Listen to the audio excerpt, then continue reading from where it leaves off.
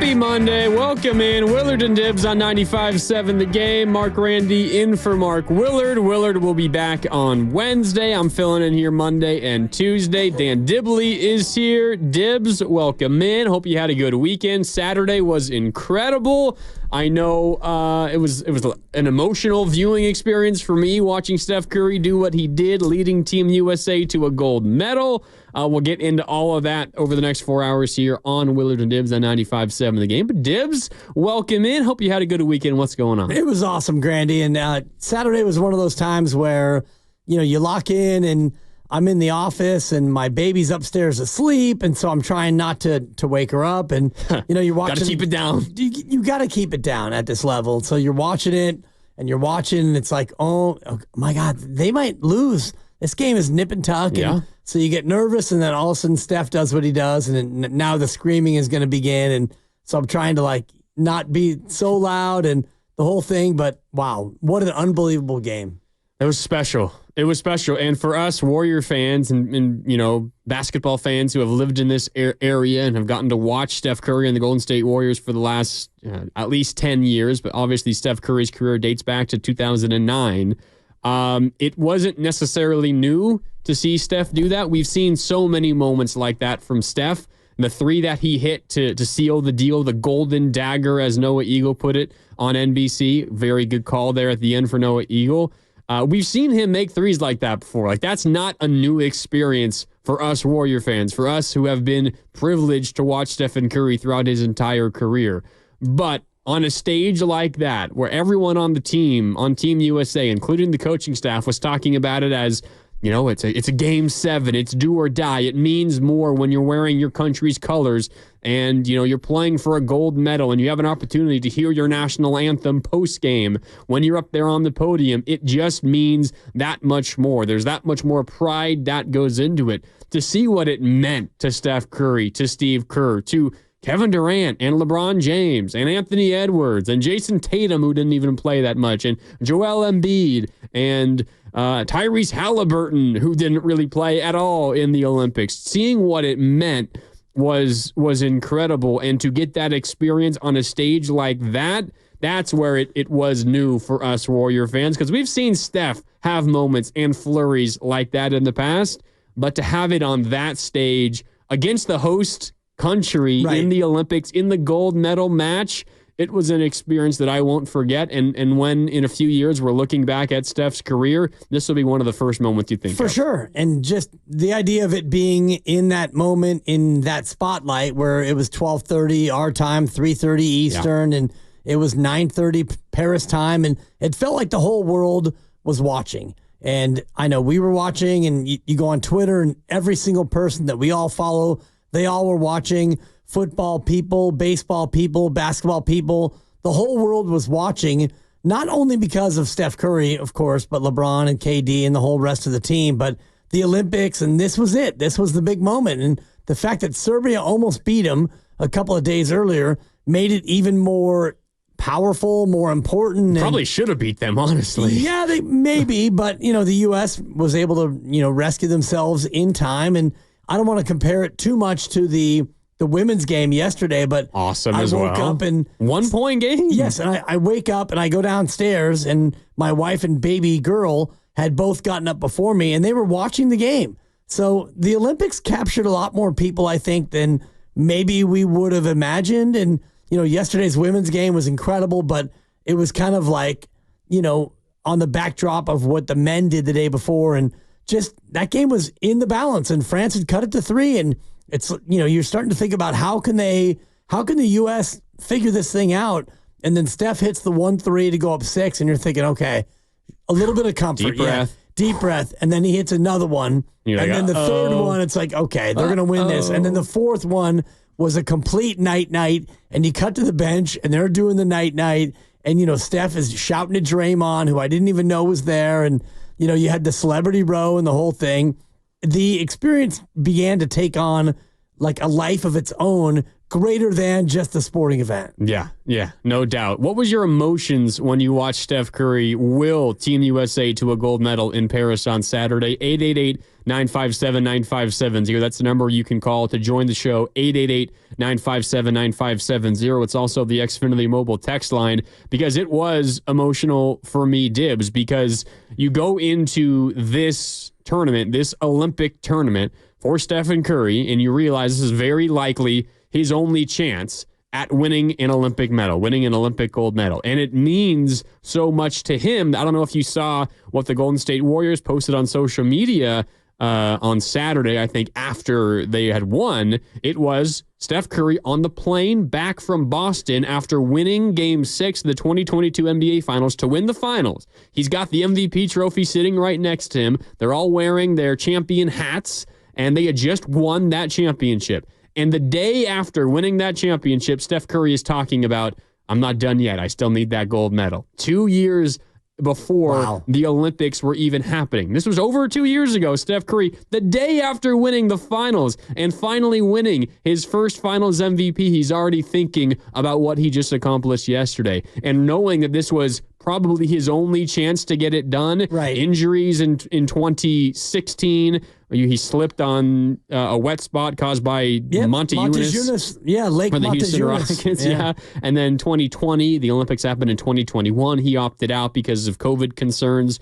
And then the one prior, 2012, he might not have made the roster, but he was also hurt at that stage. So this was really his only opportunity. And unless he wants to play in L.A. in 4 years at age 40, this will be his only chance. And to see how much it meant to him and for him to be the driving force behind it, not just be like a passive guy coming off the bench and you get the gold medal a la like Gary Payton, the OG, the glove, getting an NBA Finals ring near the end of his career when he wasn't like the driver of the bus. He wasn't one of the better players on a team getting it done. Steph Curry got it done at age 36, and while he wasn't named the MVP of the Olympic Games, it went to LeBron James. There's no doubt, Dibs, that Steph Curry was the leader the last two games, and to see that happen for a lifelong Warrior fan, for a fan who's been shocked that this team was able to reach the heights that they reached, that being the Warriors, because of Stephen Curry,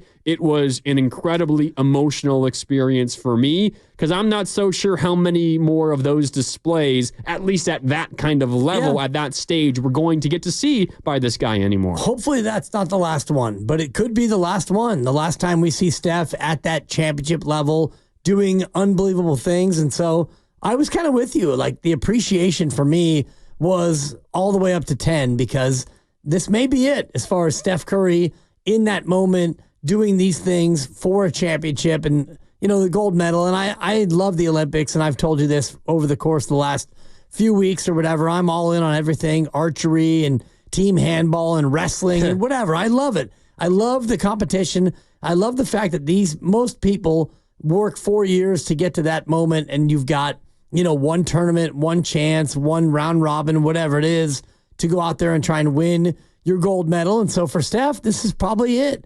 And for the U.S., I mean, this is not your last chance to win gold, but think about next year in the Olympics in L.A. LeBron probably gone. KD gone.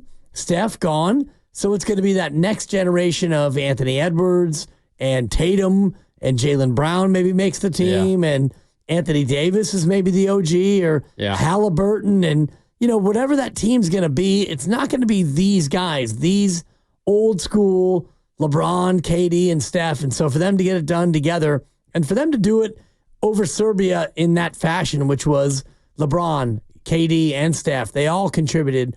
And then in the gold medal game, it wasn't only Steph, but it got down to it being a 3-point game, and they needed a bucket, and they went to Steph. And they hit it, and they went to Steph again, and Steph, and Steph. And so for us, that felt like, kind of an old hat, because we've seen that before. But to do it in that moment, in that spot, and in a game 7, basically, it was incredible. Yeah, and to see who he was sharing the floor with, you mentioned LeBron and KD. He was also out there with Devin Booker, who had an awesome tournament for Team USA. But to be out there with that kind of talent, You have first ballot Hall of Famers, some of the greatest basketball players to have ever lived. Specifically, I'm talking about KD and LeBron here. And they are willing, not just willing, but they're kind of eager to get the ball to Steph and let him get the job done.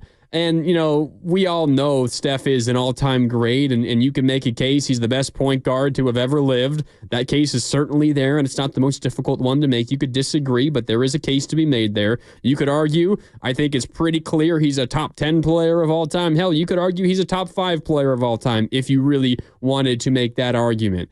And we all know this, but to see someone of LeBron's stature and Kevin Durant's stature, guys who have been on that stage a number of times and won those gold medals, being willing to pass it to Steph and see him get it done was just incredible. I mean, on that 4-3 that he made, where he was double teamed, he was being blitzed at half court. Really, for the majority of the semifinal and final game, he's being blitzed at half court. When on the floor, you have two of the other greatest players to have ever lived. Right, and right. the opposing team is saying, well, we'll let those guys have an open shot because we're so scared of this one guy. Ultimately, it's just the greatest sign of respect towards Stephen Curry, and the fact that he was able to get that fourth one to go, even with a couple of NBA guys on him, Batum and Fournier, while LeBron and KD are wide open on the left wing, and he's still like, hell, I'm going to put it up. And he makes it.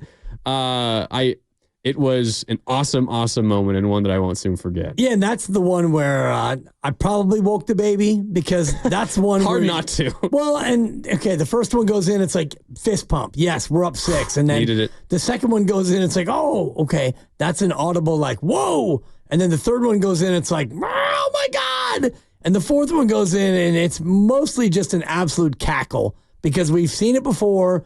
There's no reason why you would ever take that shot in a summer league game or in like game 5 at Orlando or whatever. That's a shot you would never take. And yet he hit 3 in a row. He takes it. And when he like does the step back, right foot, throw it up over 2, it's like, oh, that's going in. And when that goes in, it's just a straight up, ha ha!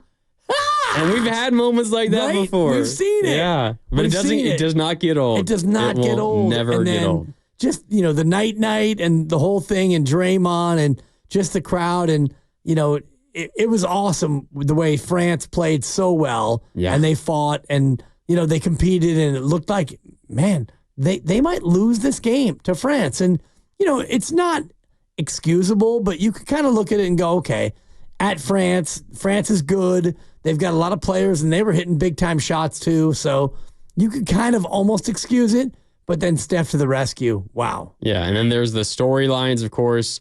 It was USA France from the previous Olympics. It was a rematch. France beat US in the group stage. That time, U.S. got revenge on them to win the gold medal. They meet again in the gold medal match, this time on France's home soil in Paris, and the crowd was, obviously, I wasn't there, you weren't there, but the crowd seemed amazing. I think the capacity for that arena was only like maybe 15,000 or something, but it felt like there was maybe 40,000 people in there watching that game. It was incredible. It was just an awesome experience. And you hear the way that his fellow players had been talking, are talking about him and the performance that he just had. How about this quote from Bam Adebayo of the Miami Heat? He was on the bench watching the Curry flurry down the stretch. He said, quote, "I was kind of like, what the bleep? But then I had to remember who was shooting it, and we've all seen him do incredible things like that." That's the response that you get from people who maybe aren't terribly experienced watching Steph Curry. You're like, why the hell are you shooting that? Oh, it's Steph. Right. Okay. It's like from the first year the Warriors were led by Steve Kerr. He had the crazy, like, dribble between 4 Clippers defenders, like half spin, step back, hit the 3 over like Chris Paul and Blake Griffin or whoever it was. And on the sideline, Steve Kerr's got his hands up on his head, like ripping his hair out. And then the ball goes in, and Steve's like, oh, okay, never mind. And it's like the first moment where Steve is just like realizing whatever goes with this guy, because he's that good. Yeah. And now this was an opportunity for so many other people to experience that perhaps for the first time. Right. And it was incredible. And, we all have seen it. And so it's America. And so it's a little bit different. But now, we turn our attention to the upcoming Warrior year. And so Steph gets 2 months off or 2.5 months to try to figure out what to do. And, can this team, this Warrior team, be good enough to where we get some of those moments again? Yeah. Yeah, we can get into that coming up throughout the show here. It's Willard and Dibbs on 95.7 The Game. Mark Willard is out. It's Dibbs and Grandy with you. We'll take your calls coming up on the other side. What was your emotions watching Steph Curry do what he did on Saturday? For me, it was gratitude, and it was just an absolutely incredible experience to watch. 888-957-9570. Will and Mark, I see your calls. We'll get to you on the other side. We're sponsored by Lucky California. Also, Bob Fitzgerald, who was in Paris for the majority of the Olympics, of course, voice of the Warriors on NBC Sports Bay Area. He joins us coming up at 4 o'clock. That's Bob Fitzgerald at 4. It's Willard and Dibbs here on 95.7 The Game. More coming up next. Size matters.